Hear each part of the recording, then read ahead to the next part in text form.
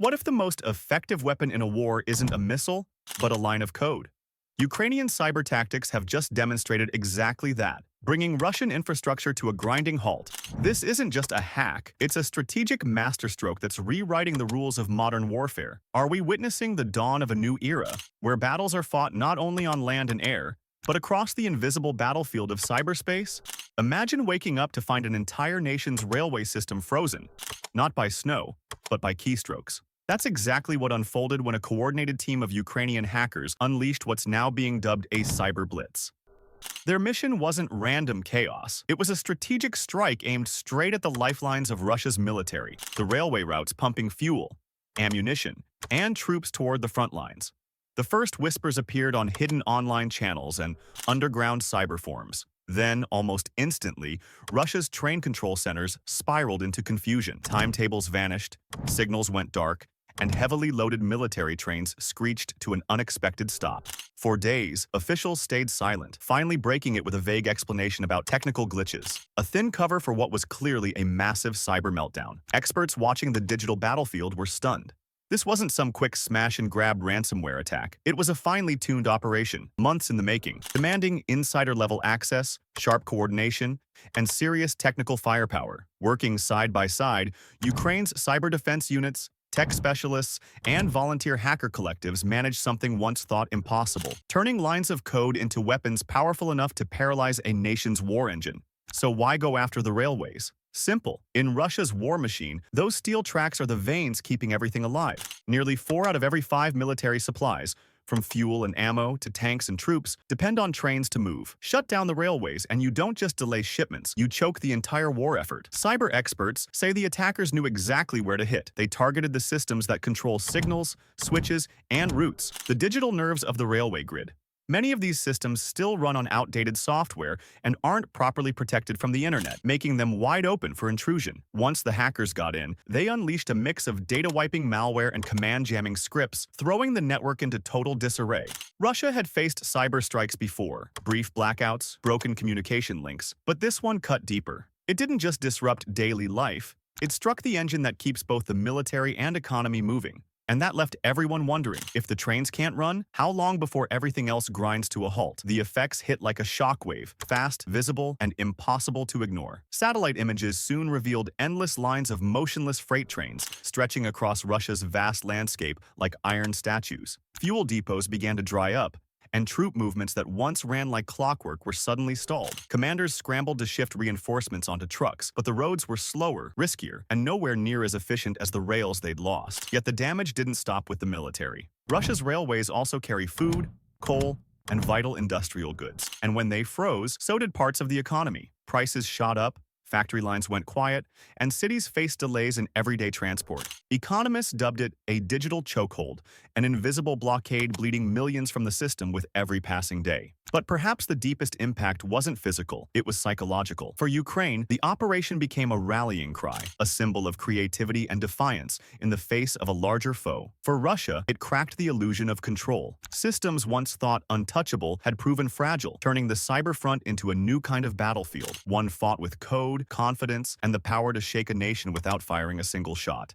So what does this all mean for the future of war? In one word, transformation.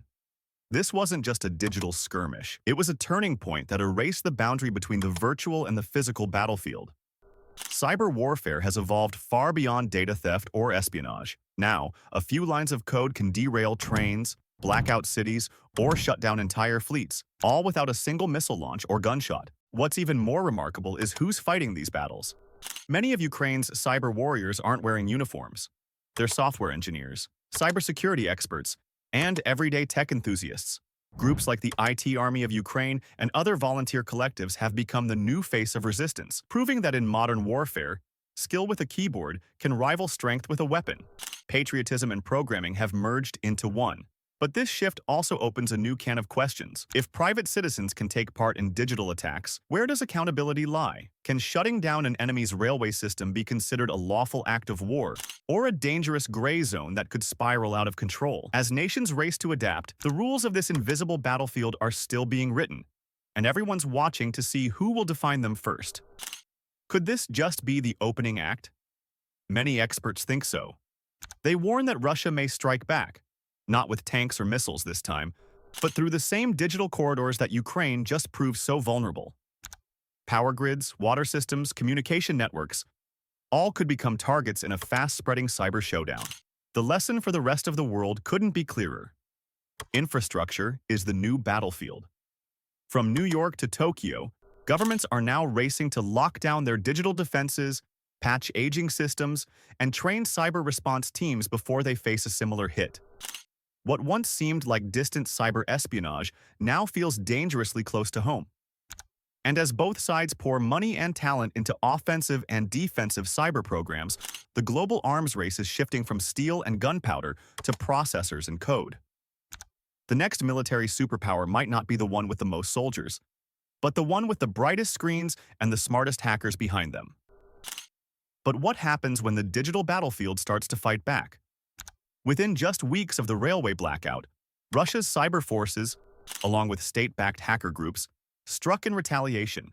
Their targets spread fast. Ukraine's power grids, telecom servers, and even Western shipping companies suspected of aiding Kyiv. Across Europe, cybersecurity teams sounded the alarm as waves of new malware and phishing attacks poured in, all traced back to Russian networks. It was Moscow's way of saying, "We're still here, and we can hit back." Wait a second. If you are new to this channel and you like what you see and hear, please subscribe, like, and join the conversation below. If you're not convinced yet, subscribe and tell us how we can earn that click. We're all about getting better together. Let's move on. One of the boldest counterattacks hit a Ukrainian satellite communication system, briefly cutting off the signals used to coordinate drones along the front lines. The message was clear. "You froze our trains. We'll blind your skies." Yet despite the digital barrage, Ukraine didn't crumble. With support from global tech partners and rapid upgrades to its cyber defenses, the country managed to block, contain, or neutralize most incoming strikes before they could do real damage. The narrative was shifting. Ukraine was no longer just surviving these attacks. It was outsmarting them, proving that even a smaller nation could stand toe-to-toe with a cyber superpower and push back with precision, strategy, and grit. So what's the world learning from all this? That cyber warfare isn't some futuristic fantasy. It's happening right now, and it spreads fast. Governments and corporations everywhere are waking up to a new kind of defense reality. It's no longer just about guarding borders or building bigger armies. It's about protecting the invisible systems that keep modern life running. The code behind trains, power grids, and pipelines. Across Europe and the US, cybersecurity budgets are skyrocketing. NATO has started holding large-scale digital war games, recreating scenarios much like Ukraine's precision strikes.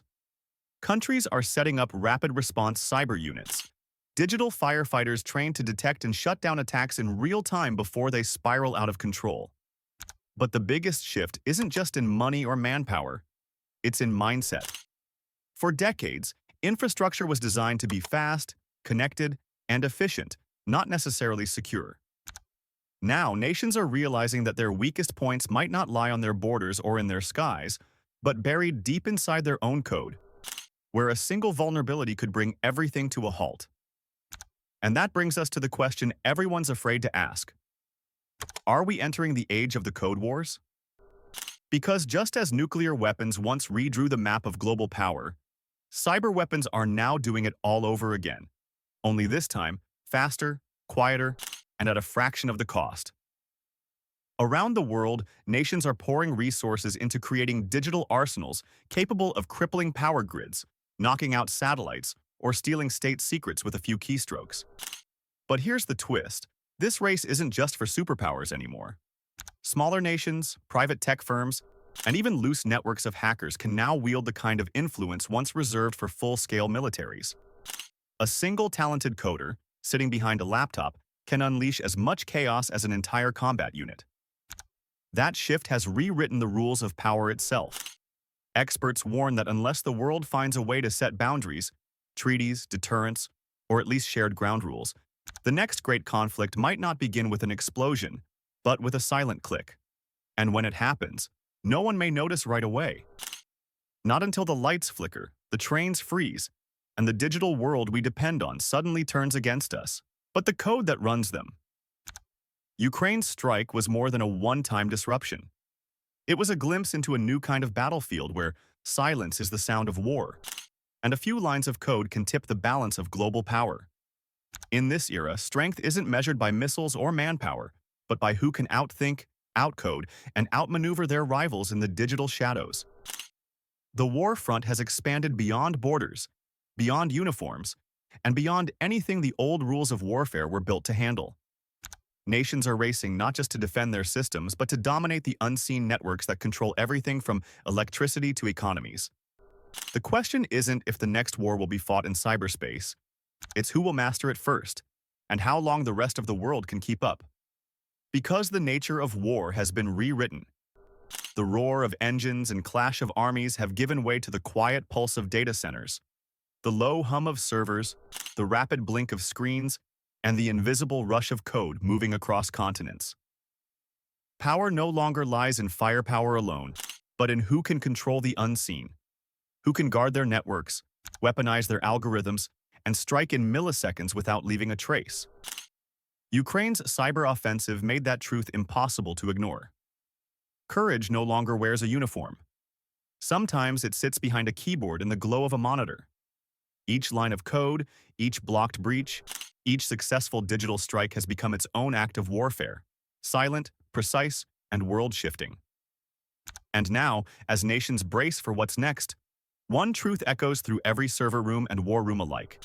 The future of conflict isn't on its way. It's already here. Thanks for making it this far. It means you like what we do here at Eurobulletin. We will appreciate if you took 5 seconds to like, subscribe, and leave a comment on your views regarding the topic. See you tomorrow for another video.